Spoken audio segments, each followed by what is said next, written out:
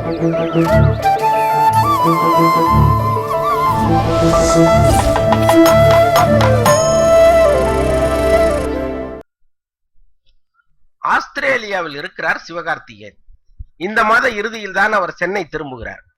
நடுவில் இவரது கால்ஷீட்டுக்காக கோடம்பாக்கத்தில் நடக்கும் குத்துவெட்டு கதை உலகம் அறிந்ததுதான்.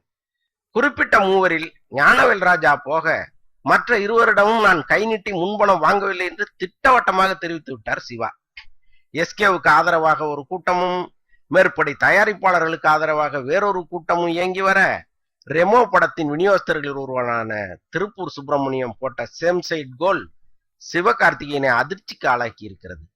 சிவாவை வளர்த்துவிட்ட எஸ்கே பார்ட்டிஸ் மதன் மற்றும் முன்தொகை கொடுத்த Vendhar movies Madhan, studio green Gnanavel Raja மூவருக்கும் கால்ஷீட் கொடுப்பதுதான் சரி என்று நேரடியாகவே பேட்டி கொடுத்திருக்கிறார்.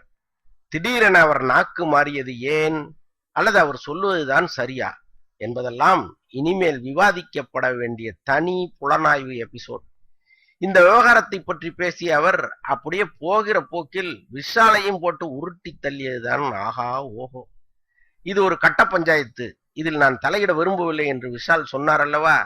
அதற்கு பதிலளிக்கும் வகையில் கட்ட பஞ்சாயத்து நடக்கிறது என்றால் அதன் மூலமாகவே உங்கள் மதகஜராஜாவையும் விஜய் சேதுபதியின் இடம்பொருள் ஏவலையும் ரிலீஸ் செய்திருக்கலாமே என்று கூறியிருக்கிறார் திருப்பூர் சுப்பிரமணியம்.